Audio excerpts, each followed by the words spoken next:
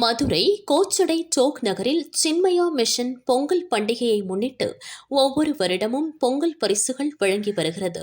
இந்த ஆண்டு 150 தவழும் மாற்றுத்திறனாளிகளுக்கு சின்மயா மிஷன் சார்பில் பொங்கல் வைக்க தேவையான பச்சரிசி, வெல்லம், நெய், கரும்பு, தேங்காய், பருப்பு, மஞ்சள் கிழங்கு போன்றவை வழங்கப்பட்டன. இந்த பொங்கல் பரிசு வழங்கும் விழாவில் சுவாமி சிவயோகானந்தா தலைமை வகித்து மனித வாழ்க்கையில் மேம்பட செய்ய வேண்டியவைகள் குறித்து பேசினார். தொடர்ந்து மாற்றுத்திறனாளிகளுக்கு பொங்கல் பரிசுகளை சுவாமி சிவயோகானந்தா வழங்கினார். இந்நிகழ்ச்சிக்கு வந்திருந்த அனைவருக்கும் மதிய உணவு வழங்கப்பட்டது. உள்ள இருக்கக்கூடிய இந்த உயிர்ங்கிறது பக்குவப்படணும். அதை தான் நான் சொல்லிட்டே இருக்கேன். ஏதோ வாழ்ந்தோம் போனோம்னு இருக்கக்கூடாது.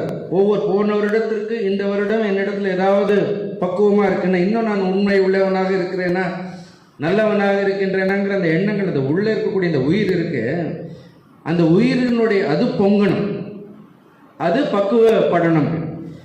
அந்த உயிர் பக்குவப்படணுங்கிறதுக்காக உடம்பையும் மனசையும் கொடுத்துருக்கிறார். இல்லைன்னா இந்த உடம்பு மனசு நமக்கு தேவையே இல்லை. பானையும் தண்ணி எதுக்கு தேவை? அரிசியை கொதிக்க வச்சு பொங்கலாக்கி சாப்பிட்றதுக்கு தான் தேவை. இல்லைன்னா நமக்கு தேவையே இல்லை. அப்போ அந்த உயிர் என்ன பண்ணணும்? பக்குவப்படணும். ஆனால் அதோட என்ன பண்ணுறோம்? ரொம்ப ரொம்ப முக்கியமாக ஒன்று என்ன சேர்க்குறோம்? அந்த பொங்கலில் சேர்க்கறது என்ன? வெல்லம் சேர்க்குறோம். அது சக்கரை பொங்கலாக இருந்தால் வெல்லம் சேர்க்கணும். அதே மாதிரி நம்மளுடைய குணங்கள், ஒவ்வொருத்தருடைய குணங்களும் வெள்ளக்கட்டி மாதிரி இருக்கணும்.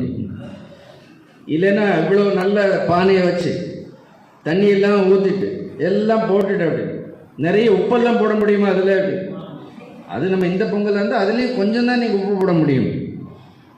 வெள்ளக்கட்டி மாதிரி என்ன இருக்குன்னு நம்மளுடைய எண்ணங்கள், நம்மளுடைய குணங்கள். முடிந்த வரைக்கும் என்ன பண்ணணும்? இப்போ இது கூட இந்த ஒரு வருடம் கழித்து உங்களை எல்லாம் சந்திக்கிறது, உங்களுக்கெல்லாம் ஏதோ உதவின்னு சொல்லலை, உங்களுக்கு இயன்றதை நம்மளால் பரிமாறிக்கொள்றதுங்கிறது எங்களுக்கு ஒரு வெள்ளக்கட்டி மாதிரி இருக்குது. அதே மாதிரி ஒவ்வொரு நாளும் உங்களால் என்ன முடியுமோ, யாருக்கு என்ன உதவி செய்ய முடியுமோ அதை மாதிரி செய்ய. அதில் கொஞ்சம் ஏலக்காய் அது இதுன்னு எல்லாம் நல்ல வாசனையான விஷயங்களை சேர்க்குறோமா இல்லையா?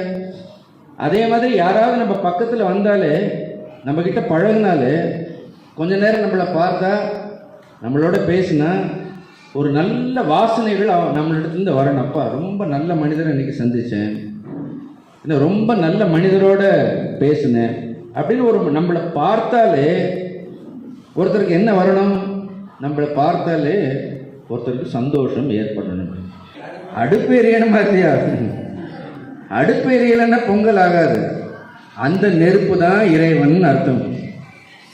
இறைவனுடைய அருள் தான் அந்த நெருப்பு. அப்படி அந்த இறைவனுடைய அருள்ங்கிற அந்த நெருப்பு இருந்துகிட்டே இருக்கு. அப்படி ஆனால் இதெல்லாம் இதையும் கொடுத்துருக்கிறார் சுவாமி தான். நமக்கு உடம்புங்கிற பானையை கொடுத்துருக்கிறாரு, தண்ணிங்கிற மனசை கொடுத்துருக்கிறாரு, அரிசி பருப்புங்கிற உயிரை கொடுத்துருக்கிறாரு. எல்லாம் நல்ல நல்ல எண்ணங்கள் எல்லாம் இருந்து நீ என்ன பண்ண? நீ நல்லா சமைச்சிக்கோ. உன்னுடைய வாழ்க்கையை சமைச்சா உன்னுடைய வாழ்க்கை எப்படி இருக்கும்? நல்ல பொங்கலாக நல்லா பொங்கி வரும்னு சொல்கிறாரு.